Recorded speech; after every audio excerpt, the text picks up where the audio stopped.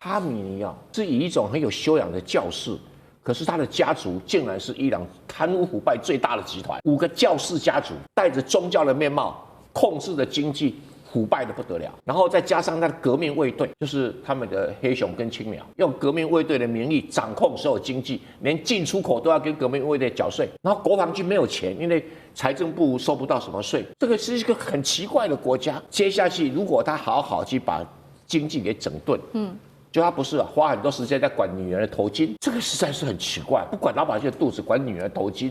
好，接下来我们要特别来关心，在中东国家，现在伊朗的暴动越演越烈，正式进入到第2周了。有一个说法，背后有没有可能有美国的 CIA 在后面推波助澜呢？等一下会来一起关心。反制美以的联手威吓，在这个情况之下，我们来看到中俄伊朗则是举行联合军演。好，赶快来关心到的是，现在来看哦，最近的伊朗越来越动荡，就是因为它内部其实有非常多的问题。除了通膨不断的飙升之外，伊朗的货币也在暴跌，并且经济持续的衰退，民众实在是看不下去了，于是走上街头抗议，爆发了严重的警民流血冲突，进入到第2天。街头上呢，其实等一下我们会来看画面，包括警方都祭出了这些催泪弹来驱离抗议的民众，愤怒的民众甚至是摇铁门、烧车等等，非常的严重。而且这一起冲突是2022年阿米尼事件以来最大的一次抗争，一共是在31个省当中，已经有25省爆发了严重的抗议哦。整个这个25省里面呢，简直是陷入了一个瘫痪的紧急状态，170个据点爆发抗议，有造成16人死亡，并且逮捕人数现在有超过580人了。示威者高喊打倒独裁者。我们来看到最高领袖哈米尼也在这个时候出来说了，他定调这一场抗议叫做是受到，如果你出来抗议就是受到外国煽动的这个暴徒。那哈米尼说完之后呢，川普就立刻出来警告了伊朗，也就是哈米尼当局，他说如果你的伊朗安全部队啊敢对这些示威民众开火的话，我们美国将会出手帮助示威民众。他也强调枪都已经上好膛了，去呛这个哈米尼。所以 Russ 怎么看？伊朗会是下一个川普派兵的国家吗？之前他以核的理由来做轰炸，这一次会不会就真的出兵？特种部队会不会抓走哈米尼 ？Russ 怎么看？还是认为可能性不大。中南美洲真的是不一样。我们都知道中南美洲是美国的后援啊。然后说实在 ，Venezuela 虽然有购买这些防务系统，但是其实他们的军事能力后来发现真的是很弱，甚至很容易。蔡委员刚刚说其实他们很多那边官员、军官很容易被收买了。那伊朗真的没那么容易了，而且过去这个美国在伊拉克跟阿富汗的经验也不是很久以前。所以，其实美国人是觉得，这样对 Venezuela 是可以做，是 OK， 我们支持可以接受。但是在地面入侵一个中东国家，我认为美国人是不是很支持了？所以或许川普会想用其他的手段，比如说经济制裁，但是问题是经济制裁已经是有了，针对伊朗经济制裁已经是有了。那也是可以用网络上一些相关的手段。来帮忙示威者或破坏国家安全系统的能力，也是有这个选择。那另外也是可以警告其他的国家，不管是俄罗斯、中国，不要介入，你要让示威者上来，推翻这个现任政府。那美国也是可以用这个做法，但是地面入侵，我觉得是这可能性是不大的。好，但是我们也回头来看，说这场示威引起的原因，真的是因为当地的经济不好吗？还是有没有可能？因为现在网络上也有个说法是，川普背后力挺，在 CIA 这边做煽动，委员又怎么看？务必制服而后重生，这绝对是100%是伊朗自己搞出来的，然后让美国有机可乘。这因果关系很清楚，为什么？哈米尼啊，是以一种很有修养的教士，可是他的家族竟然是伊朗贪污腐败最大的集团。5个教士家族带着宗教的面貌，控制着经济，腐败的不得了。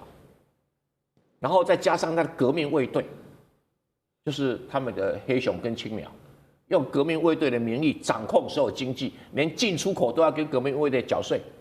然后国防军没有钱，因为财政部收不到什么税。这个是一个很奇怪的国家。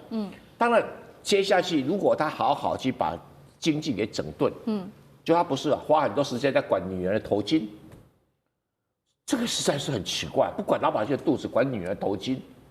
然后这是一连串奇奇怪怪的措施不提，他把整个伊朗的经济完全给冻结了。你说美国制裁影响他经济，他自己冻结的更厉害。什么叫冻结？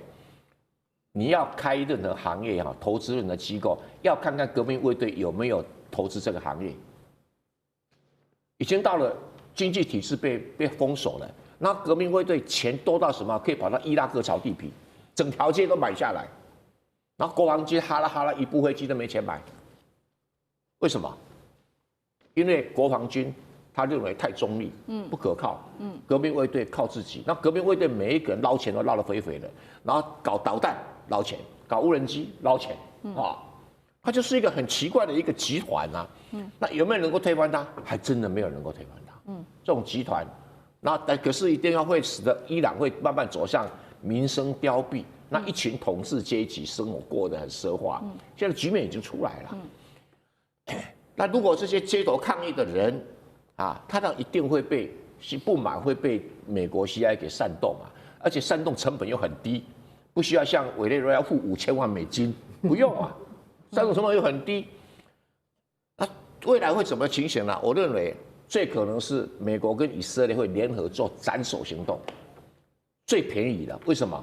你如果今天革命卫队或者是什么保安部队出来对这个示威者开枪，美国最简单的做法就派飞机把那个安全部队总部给炸了，很便宜啊，不需要花什么成本啊。所以如果是哈米尼最好躲好一点，对不对？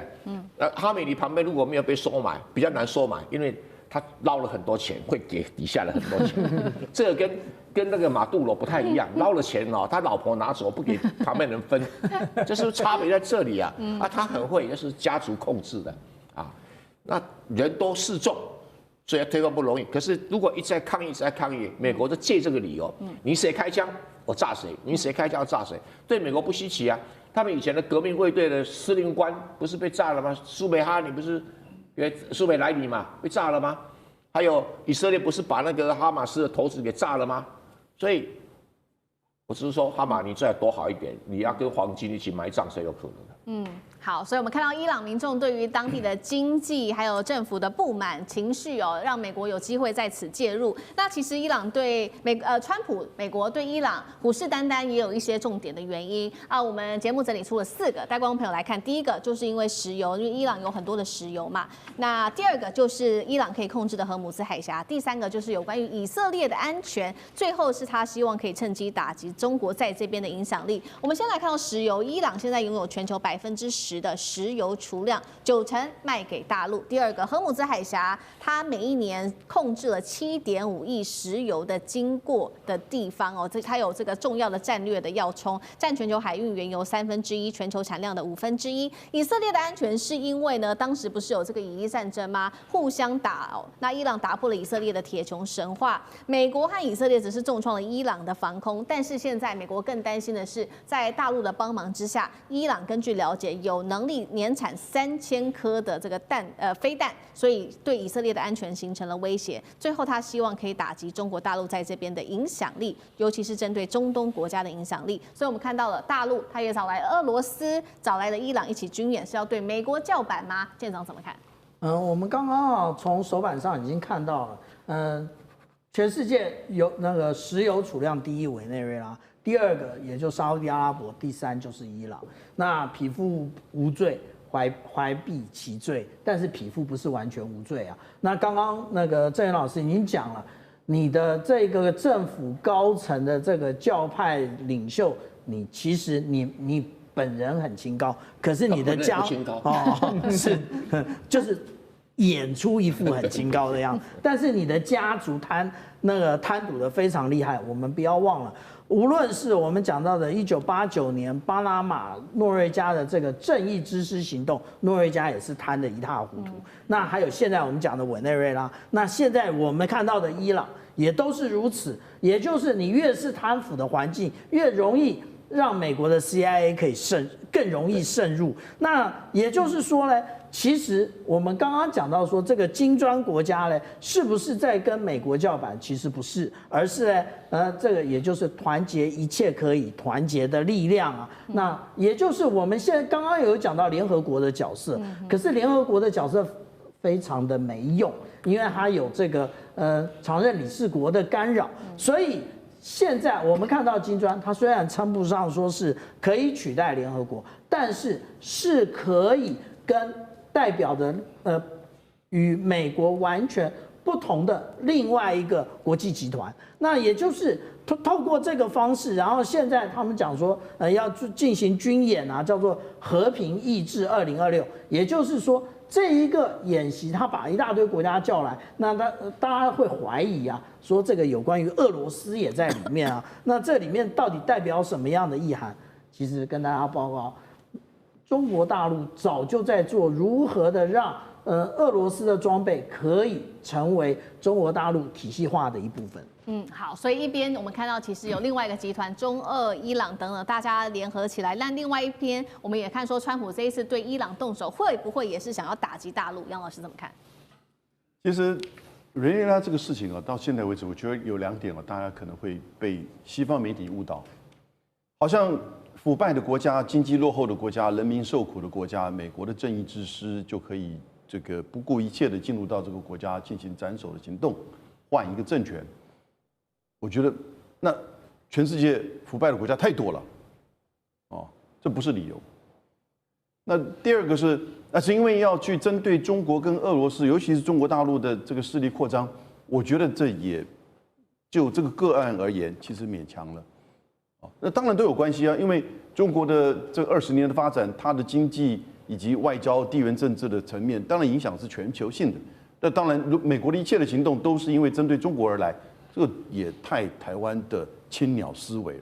所以可以看到，他现在也不断在加强他的空防。除了刚刚特别提到超高音速导弹之外，还包括接下来会有来自于中国大陆更多的支援，不管是在隐形战机啊，或者是其他的导弹，甚至是雷达预警等等。那其实呢，我们看到最新市场传出来的消息，伊朗呢，他已经计划了，接下来会用20亿美元的石油来换来自于大陆的武器支援，3款武器。赶快来看到第一个，大陆的歼20隐形战机；第二个，红旗9防空系统，最后是歼14预警雷达，等于说不只是买武器，这是买的是一套作战体系，反隐形、防纵深打击。如果在这样子的一个情况之下，美军的 B2 还可能自由进出在伊朗这边吗？以色列的 F-35是不是这一次真的在中东遇到很强劲的对手了？张将军怎么看？我认为伊朗他拿20亿美元买这些相关的武器装备啊。效果有限，因为毕竟伊朗的幅员太广阔，你这20亿大概就是600亿台币，能够买多少？你要买飞机，飞机都很贵的，你能够买几架歼20，你要买这个红旗9B 的地对空的飞弹，你也能买几套？就伊朗那么大，然后另外一个这个歼14的预警雷达，歼14是中国大陆电子科技研究所第14所。所以拿歼14，我说歼14一般来讲都是飞机啊，歼15、歼16、歼20呢，怎么会有歼14的这个预警雷达呢？那个可能是第14的电子研究所专门做雷达，拿这个来命名，所以他这个对这个名词还蛮陌生的。我认为伊朗出了3个问题，第一个经济问题没办法支撑他的国防需求，因为他要建立很完整的空军，空军很烧钱呐，飞机雷达都是非常贵的，20亿杯水车薪不够，我认为经济没办法。伊朗现在的国民所得，每一个人的 GDP4200块美金，穷不穷？穷啊！你还有没有这个钱？打仗就是钱了，军备才是钱呢。我认为伊朗经济没办法支撑。第二个，买了这些歼20，还有红旗9，还有这些我们讲的反逆中雷达的这个雷达系统，这个东西你要训练，你训练个飞行员没那么容易的，要很久，要基础训练、高级训练，然后再换装成这个歼20的这方面的飞行训练，也变成一个完全的飞行员。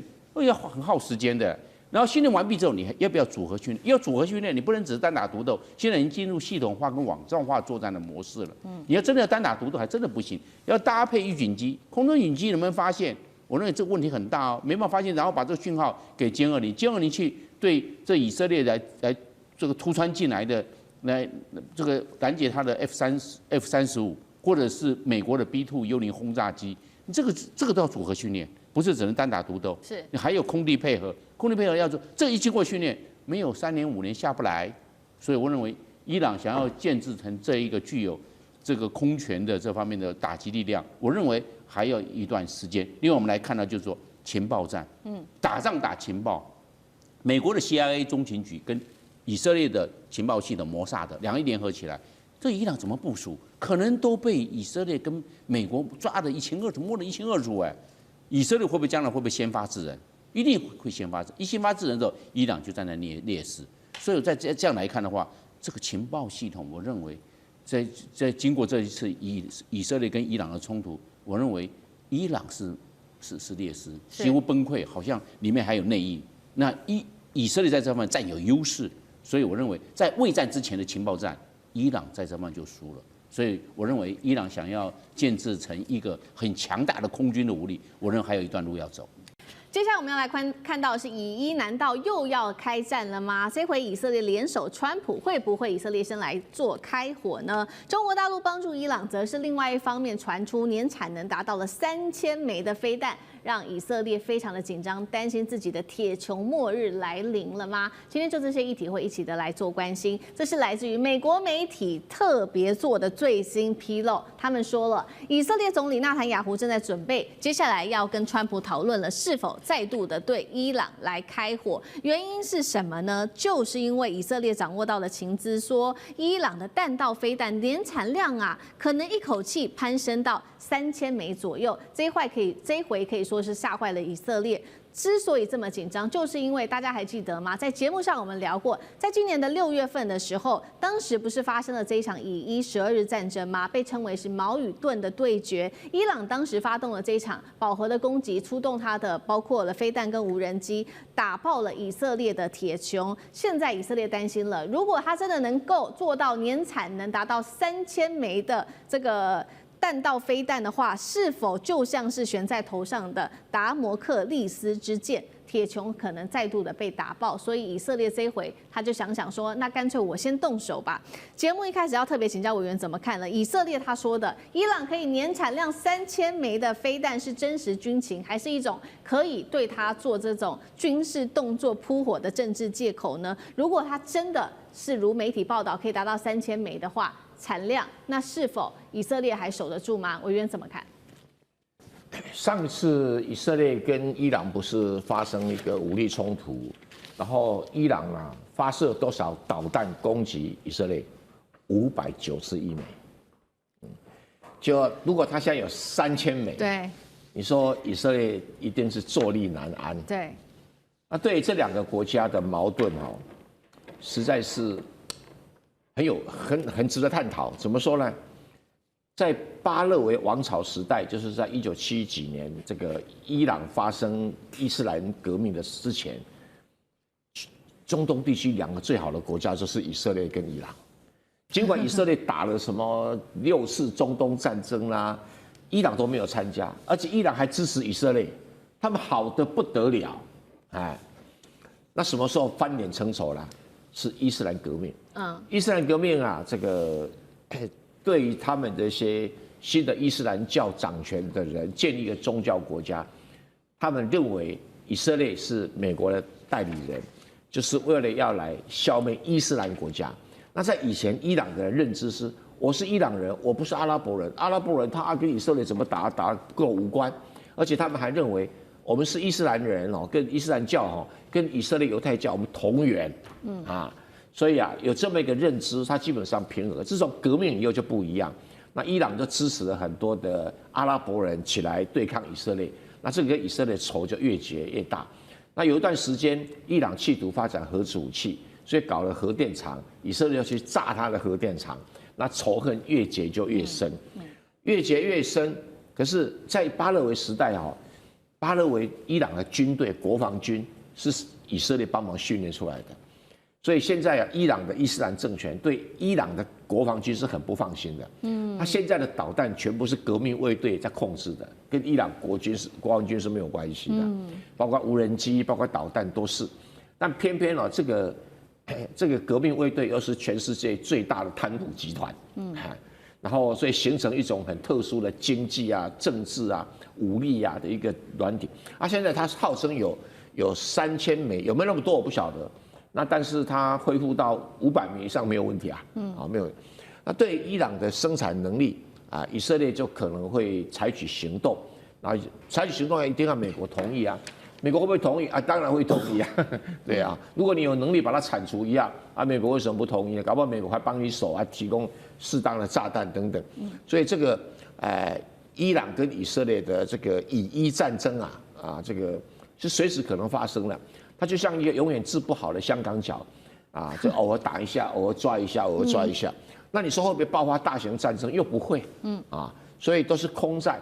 那所以以色列要准备被伊朗的导弹揍一顿伊朗也要准备被以色列的空军揍一顿，因为空军携带的炸弹毕竟是比你导弹还要厉害。为什么？因为它爆炸量比较大。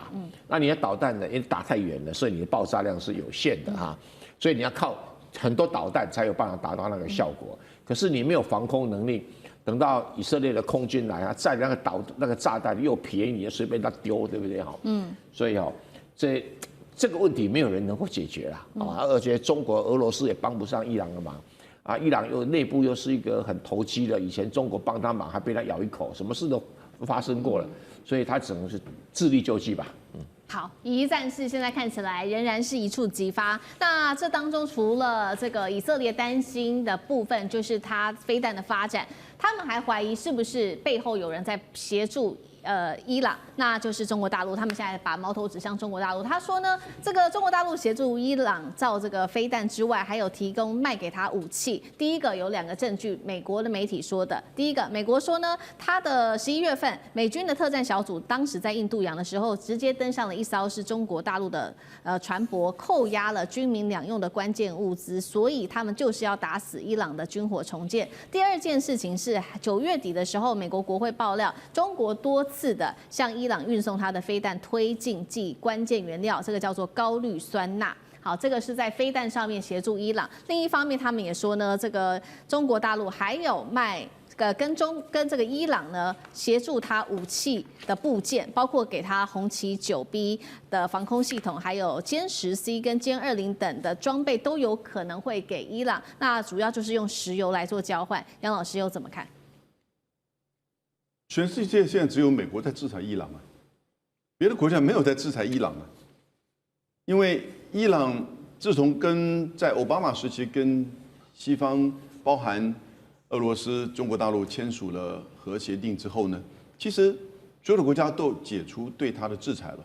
后来川普一上来之后，又退出这个核协定，可是欧盟、中国都没有退出那但是川普一的时候呢，就针对他们自己的国内法常备管辖，说华为的孟晚舟在香港的企业有跟伊朗做生意，中间有夹有美国技术的这些零组件卖给伊朗，也因此呢，就要求加拿大软禁他1000多天。这个是你美国在制裁伊朗，你美国去打伊朗的所谓的核设施，也没有明确的这个证据。然后美国的政府的情报单位自己显示，其实根本没什么效果。也就是说，伊朗的核计划现在虽然近期有受到 IAEA 就国际原子能总署的一些指控，可是并没有明确的证据指出它在发展核武器。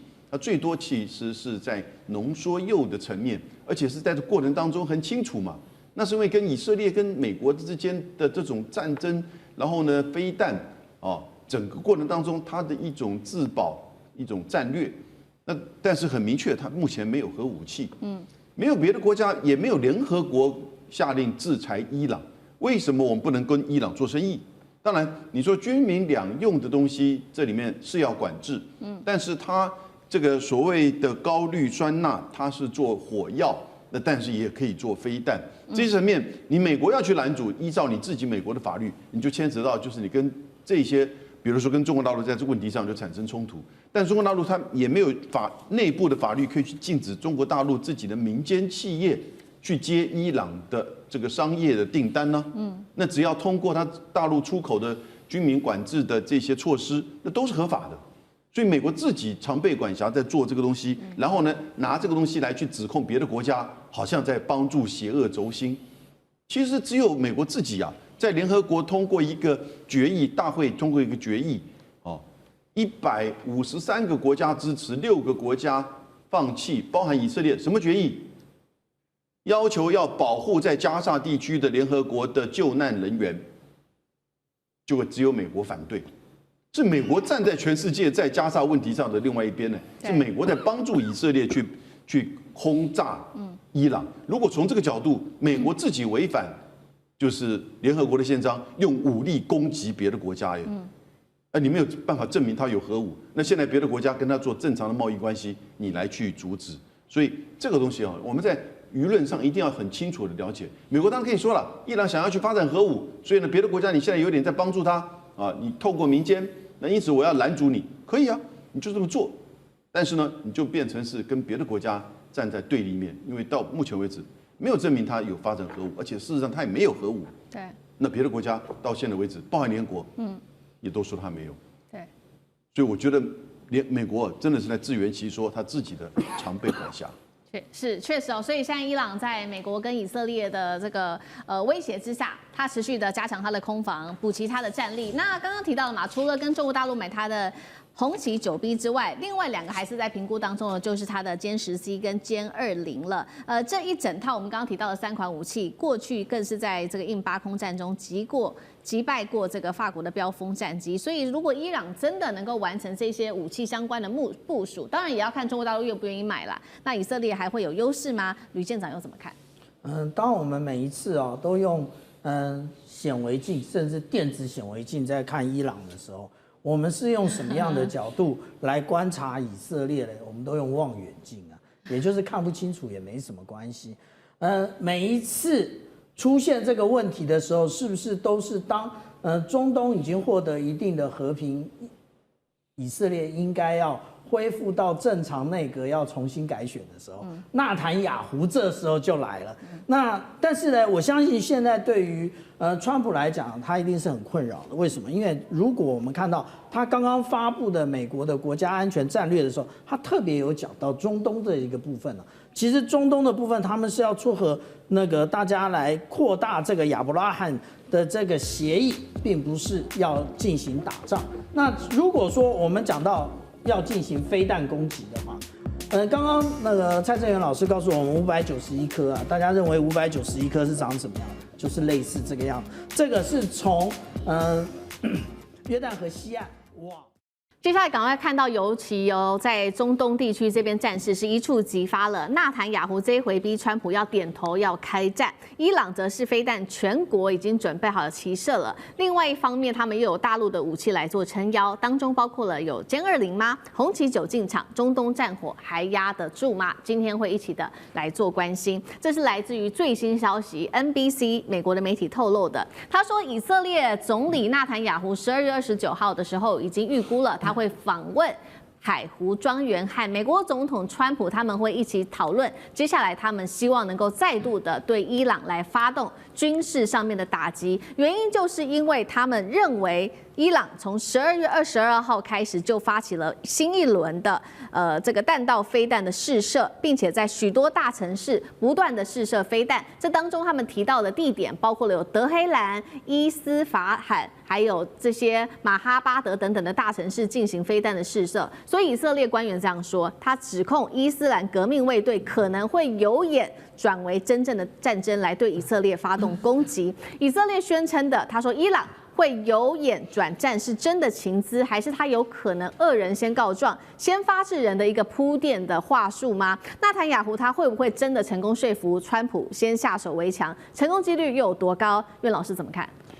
我觉得这个我们分时间跟空间来讲啊，先讲这个空间啊，这个海湖庄园 Mar-a-Lago 啊，是川普自己的家，在佛罗里达啊，那有白宫不去。要跑到这个庄园，比如说我跟那个大川，这个大千了哈，我们说有事情的话呢，我有办公室你不谈，要跑到家里去，故意的制造广告。纳坦雅胡自己就告诉人家说，美国最挺以色列的总统跟我之间私人交铁，所以他这个空间上来讲，他跑到这里去。他讲到伊朗这边事情的话呢，伊朗有导弹飞过去，老早的事情啊。以色列不是有这个穷那个穷，我们台湾也不是跟以色列要学什么铁穷金穷啊，什么钻石穷一大堆，对不对啊？那以色列怕什么东西呢？以色列基本上要制造出一个事端啊，就是说呢，伊朗呢，他接下来谈呢，就是伊朗现在利用它的那个浓缩铀的部分已经到达了已经是接近了核能武器，或者说就直接制造核能武器。但是呢，以色列要说服这个川普，我觉得说是以纳坦雅胡的本领要说服川普，应该没有很难的。那川普也会形式上讲说，那我上次帮你炸了地底下地洞，对不对？又搞了什么 B2 轰炸机什么的。那这次的话啊，如果伊朗又犯的话，我再来炸或什么，那以色列一定讲说，来，我自己炸就可以了。但是我觉得这个影响的效果是非常严重的，为什么呢？我最近今天我看了这个消息，我就在想一件事情。你知道最近啊，这个官邸的长官呢，就是高市早苗的长官里面讲说，日本应该拥有核武器啊，然后呢，日本的确拥有很多浓缩布啊，日本呢有能力有这个做导弹跟这个核武器都有可能。如果以色列要这样子干到伊朗的这个做这个浓缩铀的这个计划的话，那我就不排除中国也有可能会派歼20来炸他们。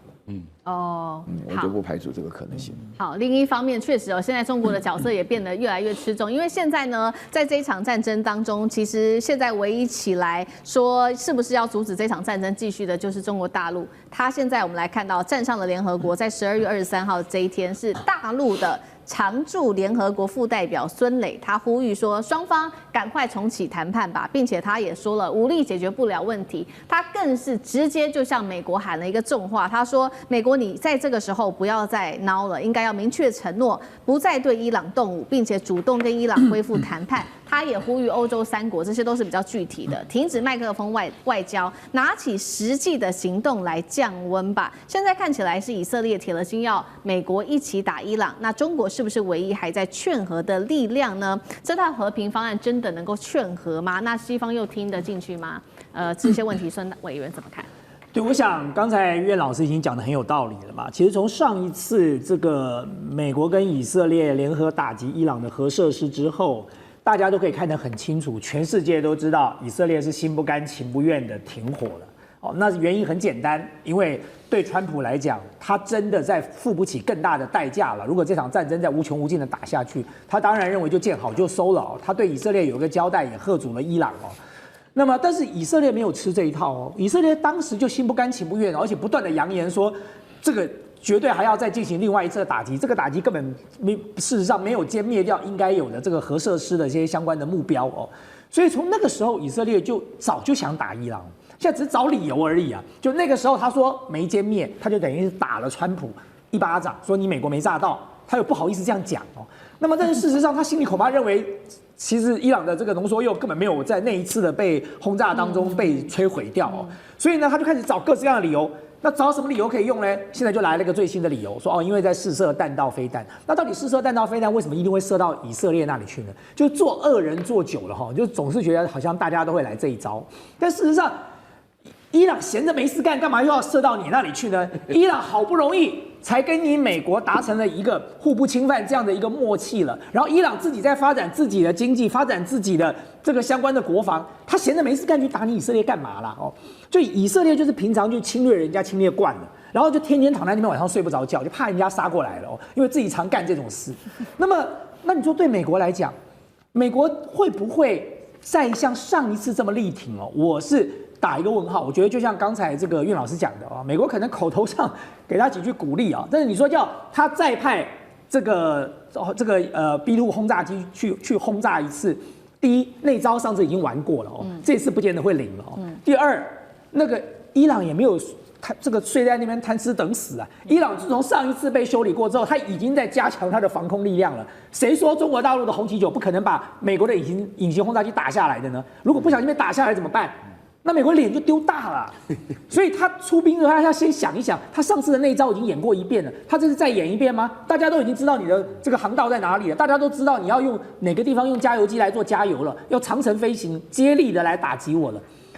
以色列又不是傻子，不，这个伊朗又不是傻子，他当然做好准备了嘛。那所以我觉得对中国大陆来讲，当然在联合国发言是有其必要的，因为中国大陆在联合国至少代表一个正义的力量。但你说中国大陆来劝和，我觉得很难的原因是因为美国跟以色列就不会买单啊。中国大陆跟以色列两个已经很不 like 了，彼此之间的关系已经不怎么样了哦。那你说中国大陆去劝和，美国跟以色列会买单吗？我觉得很难。但是现在中国大陆在做什么呢？我觉得这就是美国当初一，中国就当15嘛，很简单啊。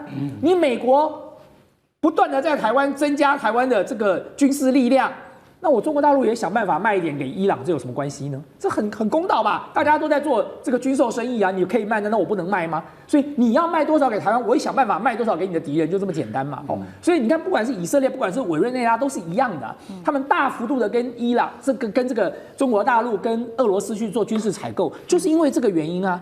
那么当然，我觉得像刚才这个苑老师讲的另外一个非常重要的重点啊，就是说，如果今天真的这么干了，的确。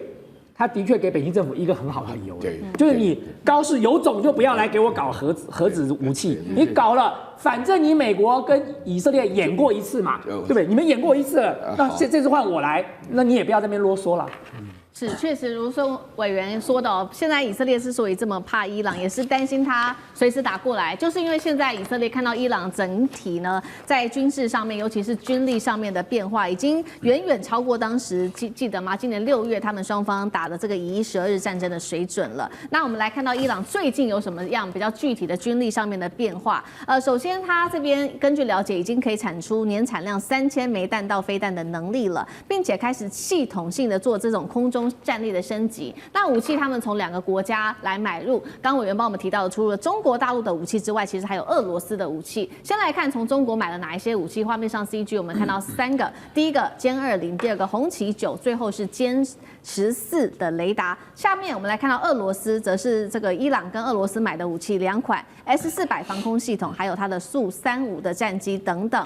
那所以中俄现在援助伊朗战力提升非常的快，是因此让纳坦雅胡紧张了，坐不住了吗？所以他这时候要先出手。哪一款武器现在看起来是以色列最担心、最害怕的？干哥怎么看？其实刚才大千讲的完全正确。伊朗再射飞弹的可能性，国际观察家预估50%以下，50%已经是非常非常的宽裕的形容词，因为现在可能性很低啦。那为什么有人就跳出来说没有？我告诉你，就算有10%的话，我们也应该要先采取手段。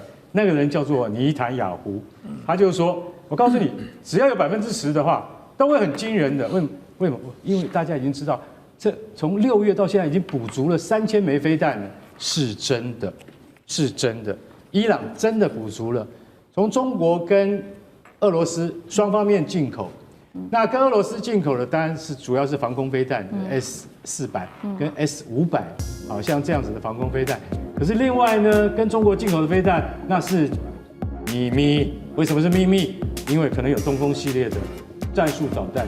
以色列他就发现说，其实好，接下来在军事上面，我们今天要关心个事情是中国大陆一出手，现在中东的战力是否天翻地覆了呢？因为最新消息有伊朗现在的飞弹库是满血复活，有一个说法，2000枚齐射会来压垮以色列。那么底气来自于哪里呢？根据外媒的报道，就是来自于大陆。另外也传出来说，伊朗要买大陆的歼20跟红旗9B， 如果真的发生的话，对于这个接下来的战力会有什么样子的影响呢？我们都会一起的来做关心。赶快来看到，难道这一次伊朗真的是满血重生了吗？因为就在11月12号这一天，伊斯兰的革命卫队在首都的德黑兰这边举行了这场非常大的这个叫做国防的成就展，立刻是陈列出了各种的武器包括数十个不同型号的，不管是飞弹或者是无人机那么这当中包括了有极音速飞弹尼什，还有这一款叫做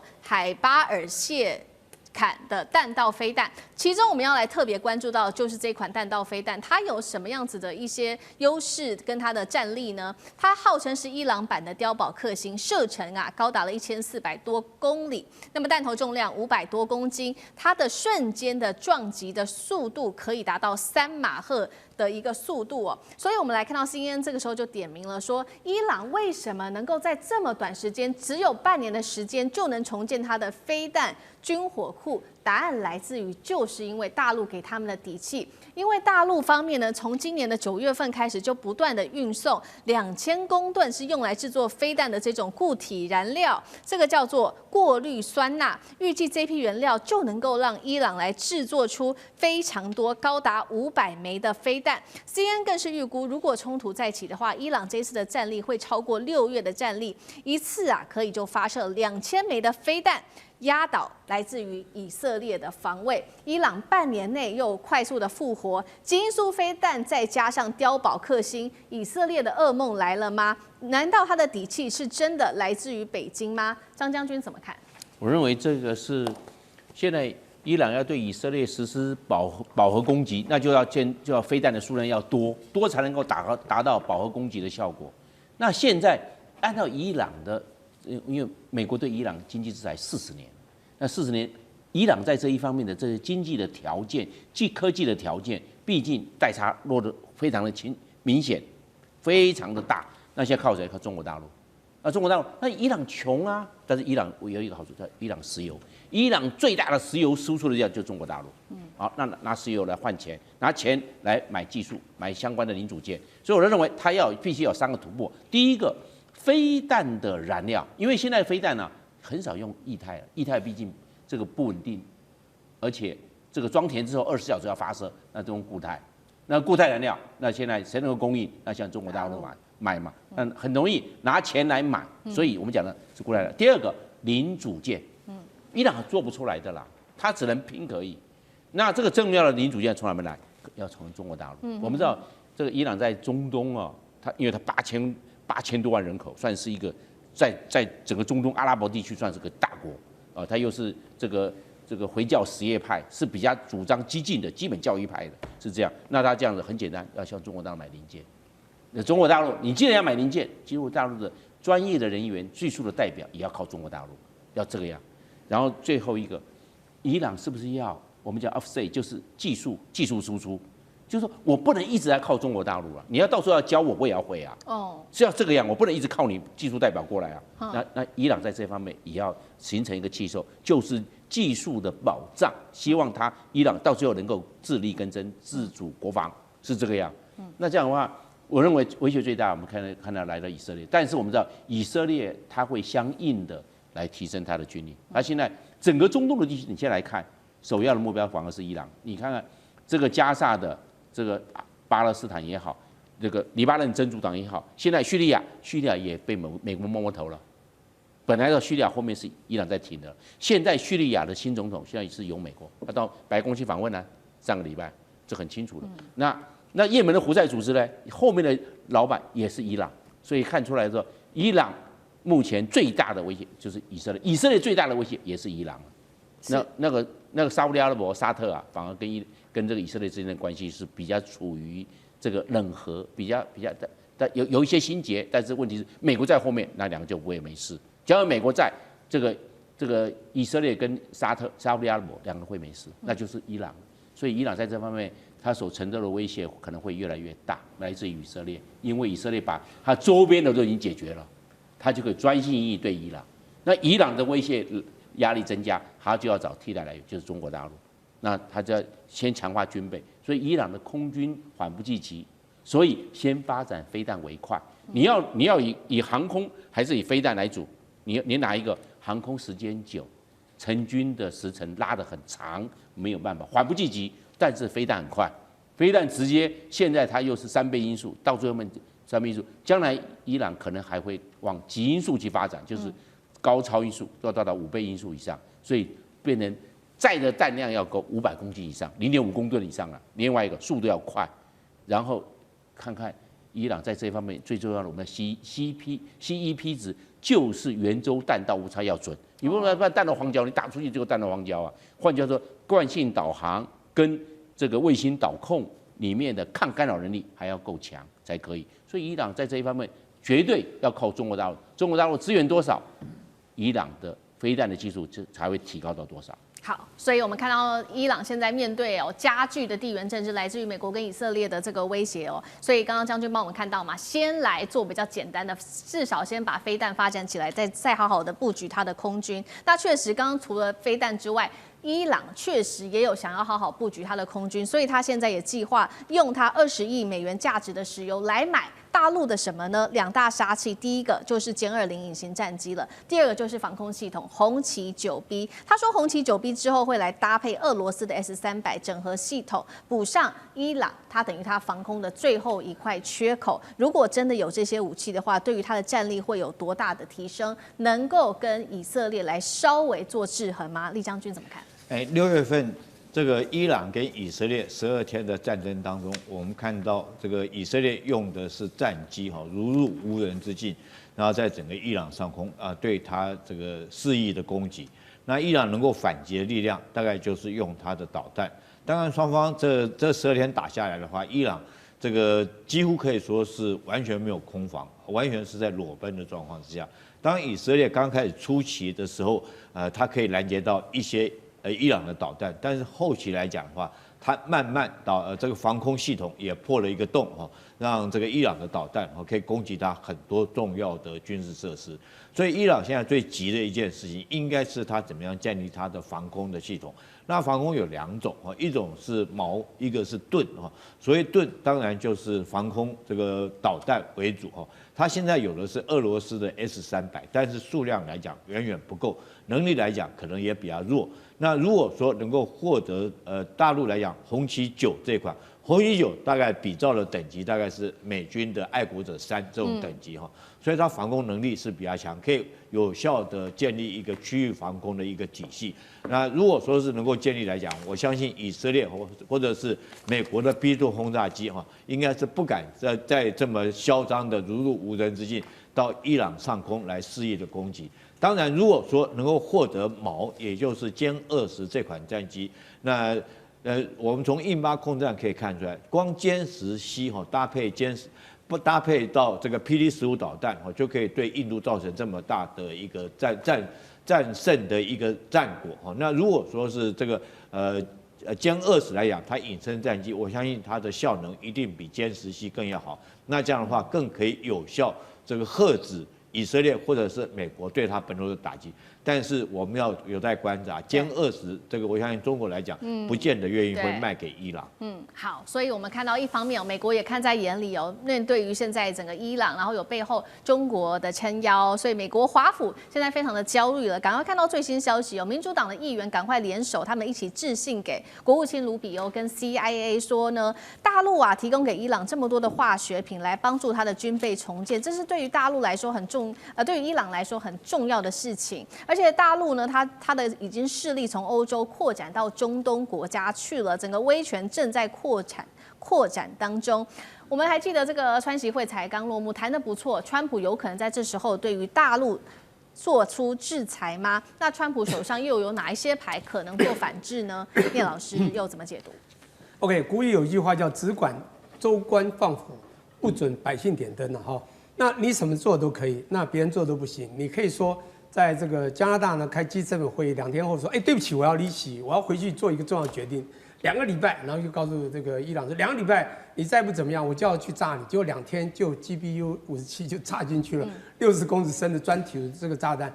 这件事情，请问全世界有谁打法？没有，因为美国人做才是对的，美国人去支持以色列是好事，是拯救全球，你觉得是吗？以色列当他的天穹已经差一点击破的时候，他必须要靠他的爸爸，就是川普来撑这个大太阳，这很重要。不过现在要讲一个什么叫做帮伊朗，全世界都知道打代理人战争最好打，讲不好听，不管胡塞组织也好，哈马斯也好，黎巴嫩珍珠港都是伊朗的前面的代理人。好，中国大陆跟伊朗的关系在升温，而且在这个经贸上面，甚至在军事里面有许多的合作吗？加强合作吗？今天我们一起来做关心。这是来自于《华尔街日报》的最新爆料。他说，北京现在正在暗中操作一个神秘的小金库，这间小金库叫做初心的融资机构，专门就是替中国大陆跟伊朗之间做这个石油换它的基建的相关的交易。也就是说，伊朗卖给中国大陆石油，中国大陆帮伊朗做基础建设，彼此这样子做一个合作。但是呢，爆点就是在说，现在其实都查不到这一间公司刚刚说的初心。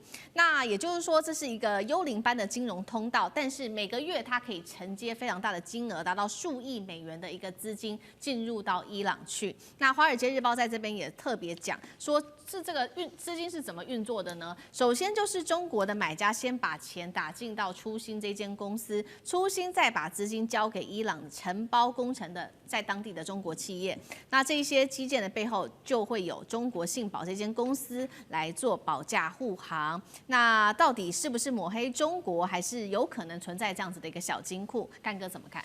哎呀，《华尔街日报》，你要先发这个文章之前，要跟 CIA 先谈一谈嘛，对不对？去印证你的这个消息来源对还是不对。这家公司叫初心啊，就是说华尔街他们的编辑已经查出来了，就是说每个月会存入不是数千美元，是数亿美元到初心的他的国际账户里面，再由这个账户再转给伊朗的相关单位，都不是由政府出面啊，都不是由。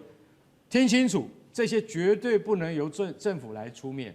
就好像我们现在常讲的，为什么中国能够突破重围，还是可以拿到 H20的晶片啊？那你说你洗产地嘛？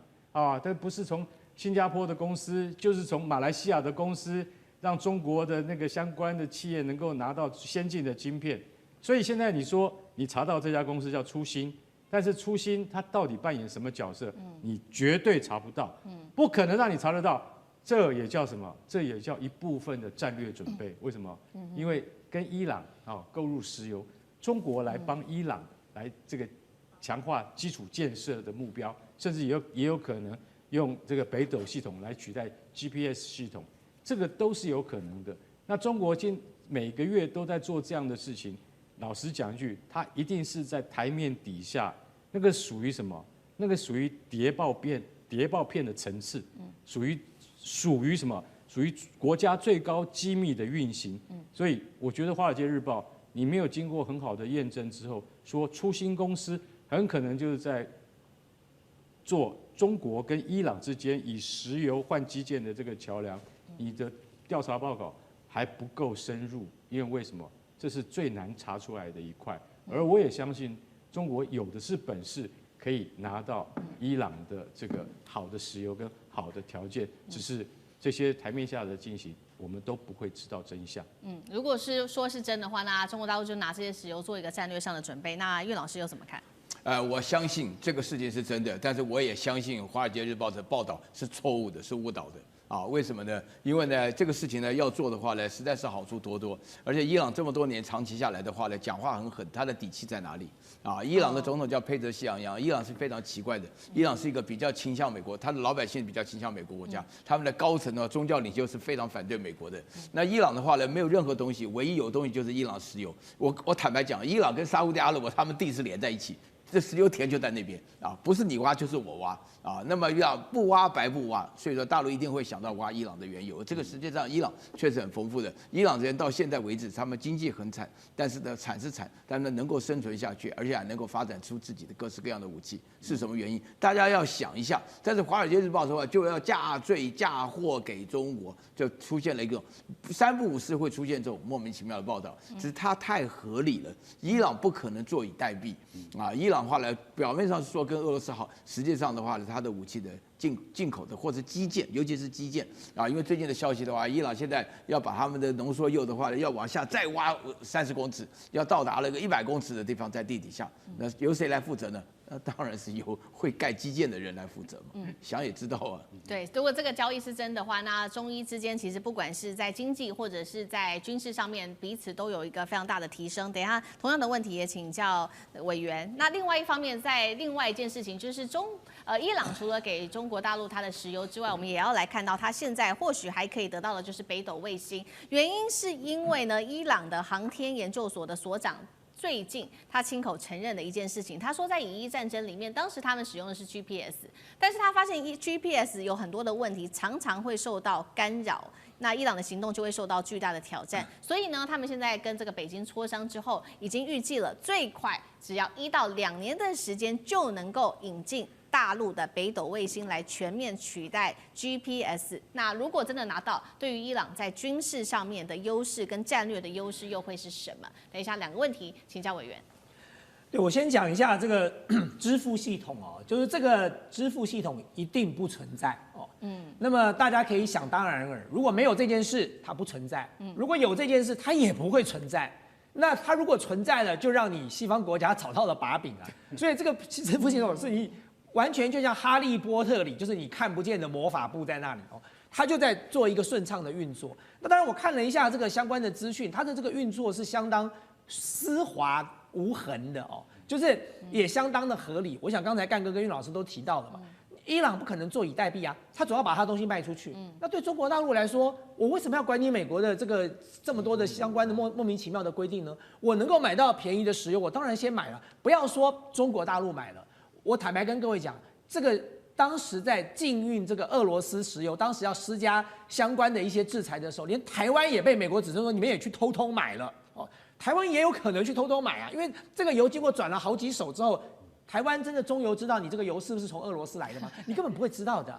所以在这个过程里头，对中国大陆来讲，它透过这个支付系统，用基础建设的这些相关的零件、零组件，或者是相关的这些工程建设经费来换石油，这是相当合理的，而且中间找不到任何的这个金流的过程。所以我觉得这个如果是真的是一个存在，就是事实上如果真的有这个看不见的支付系统的话，这个支付系统的设计是相当精密的哦，就完全在这个过程当中，其实不管华尔街这个日报要怎么叫了哦，就叫得再大声，你找不到就是找不到嘛哦，你只能怀疑哦。那到底要怎么样来证明？没有任何人可以证明的。但是我认为，其实这对中国大陆来说当然是一个好的状况。我能够买到便宜的石油，我能够结交一个新的盟友哦，那么我能够增加我的全球影响力，对他来说是何乐而不为呢？那你更不要讲说他最近这个伊朗向中国大陆球员说，希望能够也用北斗3号的系统哦。我简单的跟大家讲一下北斗系统跟 GPS 的差别在哪里，差别在精度哦，就精准度哦。那么 GPS 的精准度大概在5公尺到10公尺之间哦，就5到10公尺。可是北斗卫星系统的这个精度在至少是5公尺，那么在很多地方它的精度可以到2公尺到3公尺，所以各位就可以了解说精度上其实就已经有很大的差别了。特别是中国大陆的北斗这个系统，它从北斗1号、北斗2号到现在北斗3号哦，它的北斗3号，它从1号当时只有3颗卫星，它到北斗3号的时候，它已经有30颗卫星在地球上空了，包含20颗地球的中原轨道的卫星，包含3颗地球的同步轨道卫星，包含3颗地球的静止轨道卫星，它总共有30颗卫星在太空中所以当然北斗3号的卫星系统，它在定位上，目前为止看起来是远远超过 GPS 的。那这也不意外，这对于伊朗来说，如果你是伊朗哦，你看到美国是怎么修理你的，你看到西方国家是怎么修理你的，你还会相信西方的 GPS 技术吗？你难道不会怕说你仰赖它的 GPS 技术，到真的要打仗的时候，忽然你的 GPS 技术失灵了吗？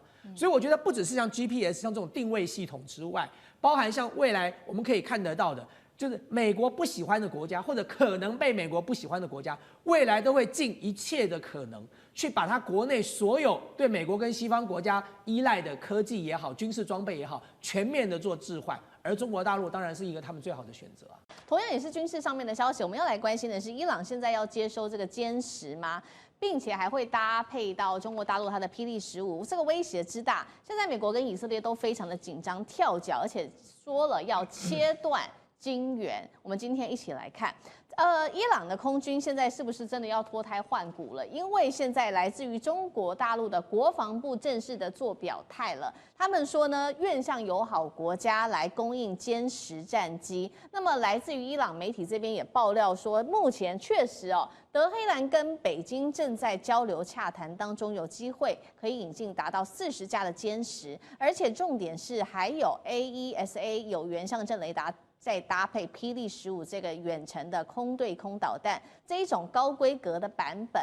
这代表什么？代表说伊朗先前都是用一些老旧的，不管是俄制的米格或者苏凯来凑数，现在直接晋升为可以跟以色列对抗的这种准第5代的战力了。专家就预估说，如果说伊朗真的完成了来自于这些中国大陆武器的部署，就可能改变整个中东的制空权，真的是这样吗？我们等一下请将军们也一起的来做解读。那现在呢，美国智库也很紧张。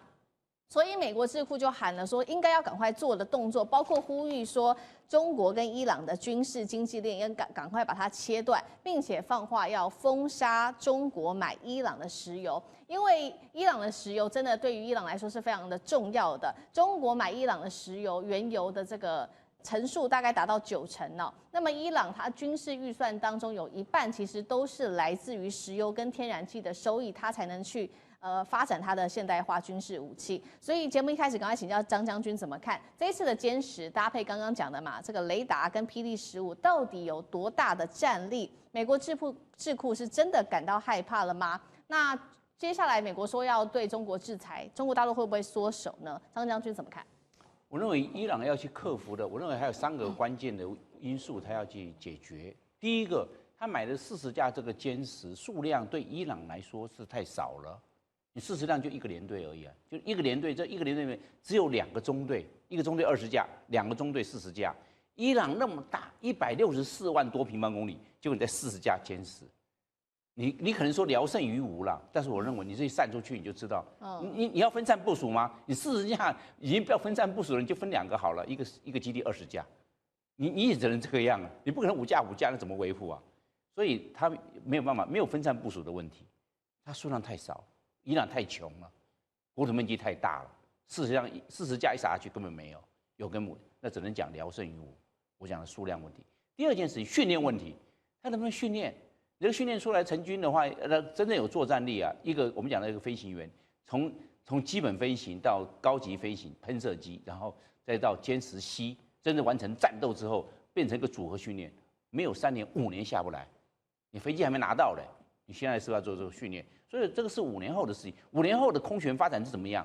都日新月异 ，AI 都出来了。现在都是1架歼击机出去外面带3架，最多可以带6架无人机做中程僚机。现在已经朝这个方面去搭配，伊朗还没有。另外一个不要忘了，它只是一个战斗机飞行完训了。那现在不要忘了，伊朗没有空中预警机，没有空中预警，你战斗机上来的时候谁来管？地面管制站，地面雷达管制，你雷达管制那还是传统。那现在已经变成系统化、组合化的作战，伊朗在这方面根本跟不住。问题出在这个地方，你看看这个方方面面，伊朗有没有准备？根本没有准备。另外，现在以色列针对伊朗，摩萨德会针对伊朗做情报收集，这些歼10C它的电磁频谱、雷达参数、电站参数是什么？这个摩萨德在收集。所以将来打仗打空战，将来打仗的时候啊，打电站那就出来了。为什么？以色列在搞这些。因为我们来看。伊朗不可能成立一个攻势空军，它一定是守势空军，因为它要跨到打1000公里外的以色列去轰炸吗？难度增减，难度不会。那你只能没有空中加油机，那你也只能在本土空防做一个守势空军。那守势空军能够对以色列产生多大的威胁？没有，你守势空军啊，只有以色列来这边轰炸，来这边作战啊，你更没办法。而且知道以色列他这一次去炸这个伊朗是通过叙利亚。叙利亚现在是沙姆解放组织控制，他对以色列是采取一个不对抗主义。你的以色列空军过来了，他目移目送，炸完了从伊朗回来了，回到以色列，他是目移目送，是这样子。叙利亚没有空防，他对以色列通过他的领空去轰炸伊朗，他不做任何拦截。你想想看，那这样子的话，那伊朗的空防威胁是更大。所以我们方方面面来看呢，那关键就在。那以色列还会发展弹道飞弹，那这样的话对伊朗的那个放歼10C的那个机库、机堡、地下防置做轰炸，所以将来伊朗在这个空权上面、制空权上面能拿回多少，我认为并不乐观。好，同样的问题，将军又怎么看？但是最起码伊朗先踏出第一步了，这个所有战力建立。一定是从0开始慢慢往上增长。那你永远不踏出这一步来讲的话，你永远空防是0哈。所以我觉得伊朗来讲，40架确实是要建立整个国家的空防体系来讲的话，确实是不足以。可是代表说伊朗开始感受到制空权的重要，他开始愿意踏出这一步。那第二个含义来讲的话，他如果说是中国大陆愿意将这款战机卖给他的话，也是代表外交上、军事合作上一个突破哈。那第三个，我觉得中国大陆会卖，为什么呢？因为这时候中国大陆一直很想借这个机会，它的影响力深入到中东地区去。那大家看，如果说是中东下面就是所谓的波斯湾嘛，那上面来讲的话，隔着里海就到俄罗斯，然后接着过去，如果说从陆路过去的话，就是土耳其。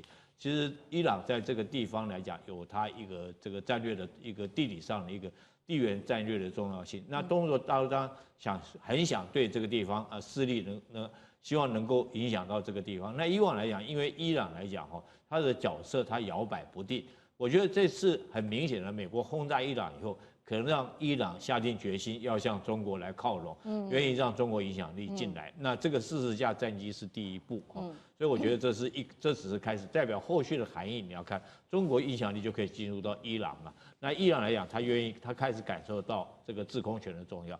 那第二个我要讲了，40架虽然没有办法全面空优，可是你知不知道它可以局部空优？所以我们作战来讲的话，就是说我没有办法全面赢你，可是我只要在关键节点上面，我保护我自己重要设施，我就好了。比如说我讲40架战机，它可以部署在哪里？它譬如说核设施的位置，它部署在这个地方我别的地方让你炸，但是核设施位置，如果说你要进来的话，那试问一下，如果说真的部署了这40架战机在这次它的核设施附近来讲的话，那 B2 轰炸机还有没有能力这样大拉拉如入无人之境对它实施轰炸？这就是局部空优，我只保护这个地方。那第二个来讲，它这个搭配霹雳15，那上次这个印巴冲突的时候，我们看到霹雳15射程是180公里之外将敌机击落。那事实上，搞不好更远200公里都有可能。这个数据我们不知道但是最起码可以肯定的是180公里。那你知道以色列来攻击它的话，以色列用的都是战机就 F-15、F-16或甚至于 F-35，它有一个短板，就是它到伊朗去轰炸完以后，不管来之前或回去之后，中间一定都要有空中加油。那如果说是歼10，它专打你的预警机或者专打你这些加油机，那你以色列战机你回去的时候，如果没有奶妈帮你加油的话，你威胁就会加重你要对伊朗空中这个轰炸的一种困难度就会提高。如果有这种飞机来讲，他就担心，那我要不要提高我自己的加油机的安全的维护，就会增加它的难度。第三个，它可以部署在哪里？我觉得荷姆兹海峡，大家去看看荷姆兹海峡，这个对面就是什么地方？旁边就是美国的巴黎就所谓这个中央司令部的位置，以及也是它第5舰队司令部的位置。那如果这群战机摆在这个波斯湾的对面，摆在巴林对面来讲，我想对美国来讲还是有这个如鲠在喉的那种感觉，因为一架飞机一直对着你，虽然说我可以将它击落，可是对我来讲永远就是一个威胁。所以40架战机不见得能够帮助他打胜仗，但是确实是可以增加美国或以色列要对他攻击的一个困难度会提升很多。我们今天带观众朋友来持续关心的是中东现在在军武上面有一个新消息，是伊朗后悔当初呢本来跟中国大陆下定了100架的歼10C， 结果后来没有买，造成了一些错误，真的是这样吗？另外来关心的是以色列的军事要地重创直接揭穿了它的战损真相。等一下我们都会一起来做关心。先来关心这一场1月12日的这一场战争，虽然停火，但是其实现在感受上面，包括了以色列跟伊朗双方都在为下一场战火还有这个来做准备，包括在军备上，我们可以看到他们有了一些最新的进度。最新消息是来自于伊朗的一位军官，退役的军官，他自己坦诚的。他说，回顾在当时2016年的时候，伊朗原本要跟中国大陆买歼10。而且当时的数量高达了100架。如果那时候坦诚，他说以色列这一次就不可能在12日战争当中占到便宜，而且会改写整个历史局势。那伊朗现在怎么做呢？他们赶快去这个捕破网，火速的最新消息下单了36架大陆的歼10，这个斥资金额18亿美元哦。但是眼前就算是这样，它还是面临3个问题。第一个，你就算现在买36架好了，你最快也要2028年才能服役。第二个，你的飞行员至少也要训练吧，1年以上的时间。第三个是刚刚说的，本来要买100架，现在变成36架，这规模小，进度慢，能不能赶上下一场的以伊冲突呢？专家也做了分析，如果伊朗它能够拿到歼10、空警500跟红旗9防空系统整套的话，就能打造属于伊朗自己的这个真空打一体。但是现在做到底还来不来得及啊？将军怎么看？现在一定是来不及了嘛。我们首先讲数量好了哈，这个如果说你现在只有36架，你买歼10，事实上是远远不够的。伊朗那么大一个国土面积，你光只有36架战机，这数量就不够。光我们台湾哈。光我们台湾就300多架战机，不包括预警机，不包括运输机哦，包括 F-16，包括到幻象2000，包括到我们自己的 IDF， 总共数量加起来就300多架的战机。那我们小这么一个岛哈，你以这个数据来跟伊朗来做，他们大一个国土面积来做衡量，就知道36架是远远不够。那第二个来讲的话，就是刚刚讲的人员的训练。其实我们知道，陆军训练是要成军建军是比较快的，因为陆军来讲的话，训练都比较单纯、比较简单，主要是靠这个基层的战力。但是现在慢慢也比较难的啦，因为高阶武器，包括无人机的操作，你慢慢就会比较难。但是空军来讲，我们习惯就讲，陆军建军是1年，空军就要10倍，10年，海军就要100年的建军。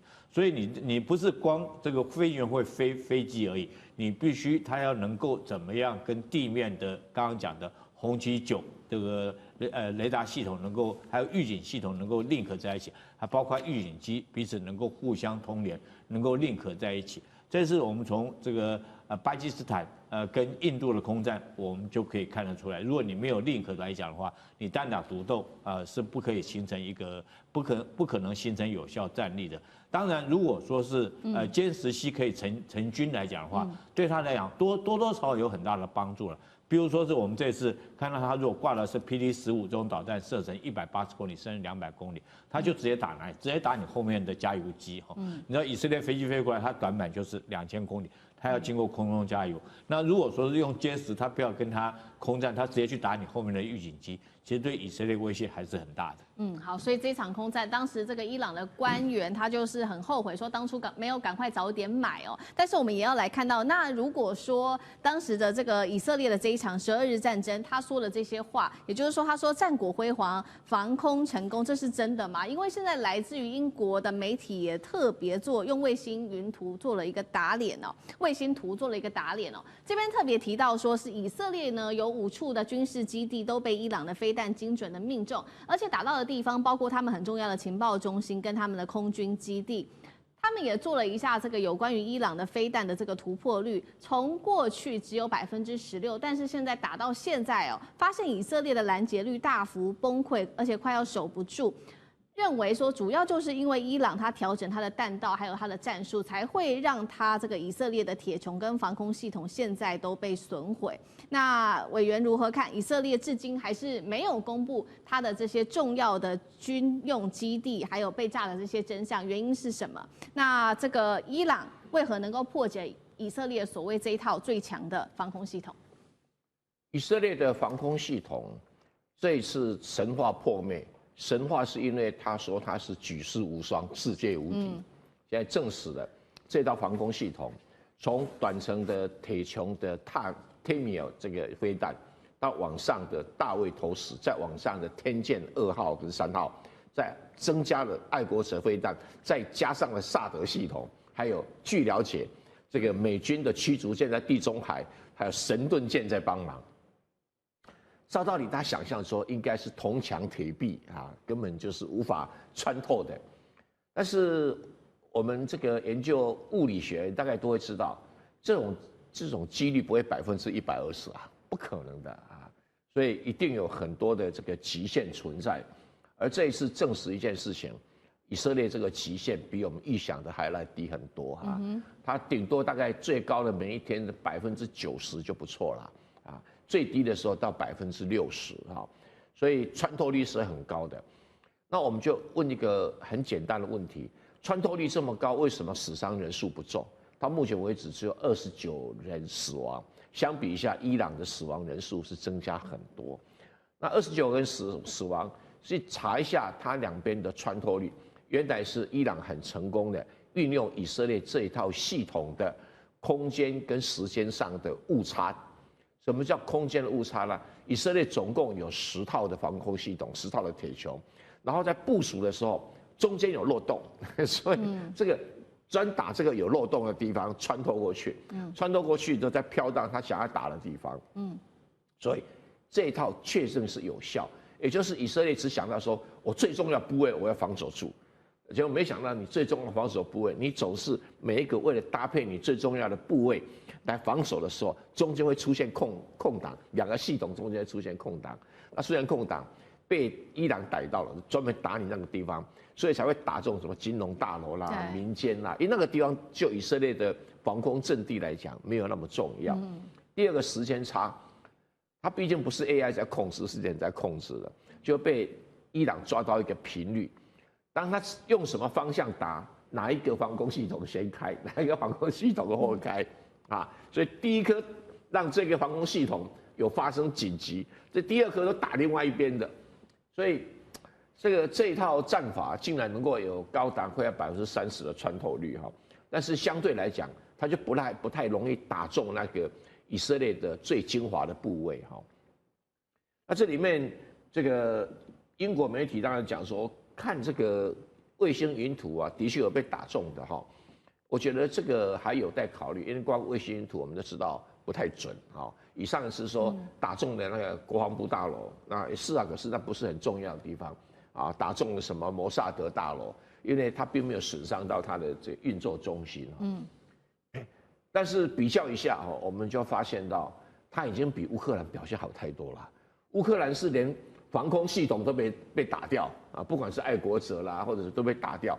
而它目前为止10套防空系统还没有被击中过，所以证实一件事情，它不是全世界那种无敌铁金刚，对，但是很可能是目前全世界最好的。是啊，评估一下，如果台湾的这个爱国者飞弹系统啊，有没有以色列这条系统这么好？爱国者加天剑可能差多了，可能会差很多。地缘政治、美中之争、战略价值、强权崛起、小国生存，现在与未来共